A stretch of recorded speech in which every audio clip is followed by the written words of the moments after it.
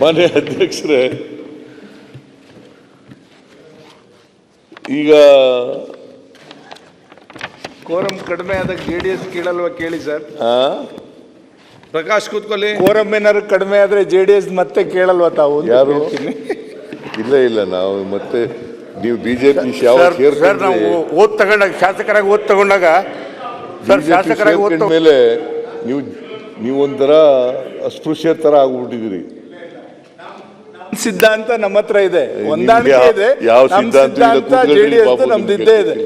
ನಾನು ಪಕ್ಷ JDS ಪಕ್ಷ ಕಟ್ಟಿದವನು, ನಾನು ಚೇರ್ಮನ್ ಆದವನು, ನಾನೇ ಇಲ್ಲಿ ನೀವು ಆ ಪಕ್ಷ ಎಕ್ಸ್ಪೆಲ್ ಮಾಡಿದ್ರು ಅಂತ ಬಂದ್ಬಿಟ್ಟು ಇಲ್ಲಿ ಕಾಂಗ್ರೆಸ್ ಸೇರ್ಕೊಂಡಿದ್ದೀನಿ.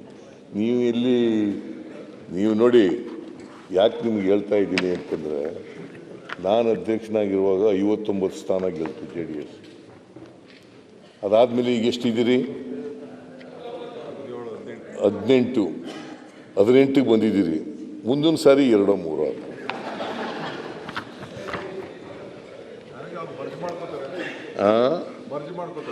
ಅದಾದರೂ ಆಗ್ಬೋದು, ಮರ್ಜ್ ಆದರೆ ಆಗ್ಬೋದು, ಬಿಜೆಪಿ ಜೊತೆ ಮರ್ಜ್ ಆದರೂ ಆಗ್ಬೋದು. ಇದು ಈಗ ಅಲಯನ್ಸ್ ಮಾಡ್ಕೊಂಡಿದ್ದೀರಿ.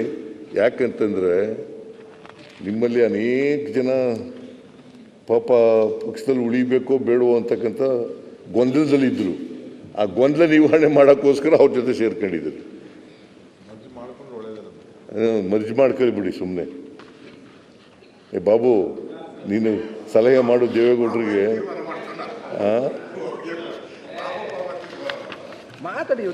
ಲೀಡರ್ ಒಂದು ನಿಮಿಷ. ಫ್ಲೋರ್ ಲೀಡರ್ ಅಲ್ಲ. ಈ ರಾಜ್ಯದಲ್ಲಿ ಲೋಕಸಭಾ ಚುನಾವಣೆಯಲ್ಲಿ 143 ಕ್ಷೇತ್ರದಲ್ಲಿ NDA ಅಭ್ಯರ್ಥಿಗಳಿಗೆ ಮೆಜಾರಿಟಿ ಬಂದಿದೆ. ಈ ರಾಜ್ಯದಲ್ಲಿ 136 ಸೀಟು ಕಾಂಗ್ರೆಸ್ ಪಕ್ಷ ಬಂದಿರೋದು. ಆಯ್ತು, JDS ಬಗ್ಗೆ ಈಗ ಮಾನ್ಯ ಮುಖ್ಯಮಂತ್ರಿ ನೋಡಿ, JDS ಪಕ್ಷದಲ್ಲಿ ಬೆಳೆದಂತವ್ರು. ಹೌದು. ಈಗ ರಾಷ್ಟ್ರದ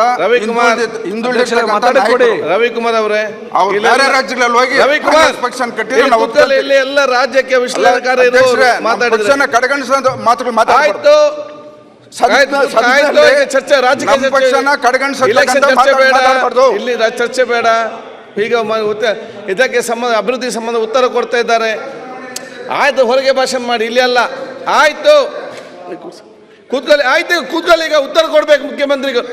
ಆಯ್ತು, ಕೂತ್ಕೊಳ್ಳಿ. ಈಗ ನೀವು ಫಸ್ಟ್ ಟೈಮ್ ಬಂದಿದ್ದೀರಿ, ಯಾಕೆ ಈ ರೀತಿ ಮಾಡ್ತೀವಿ? ಕೂತ್ಕೊಳ್ಳಿ. ಆಯ್ತು, ಗೊತ್ತಾಯ್ತು. ಈಗ ಆಯ್ತು, ಸರಿ. ರಾಜ್ಯಕ್ಕೆ ನೋವನ್ನೆಲ್ಲ ಸಹಿಸಿಕೊಳ್ಳೋ ಶಕ್ತಿ ಬೇಕು. ಕೂತ್ಕೊಳ್ಳಿ.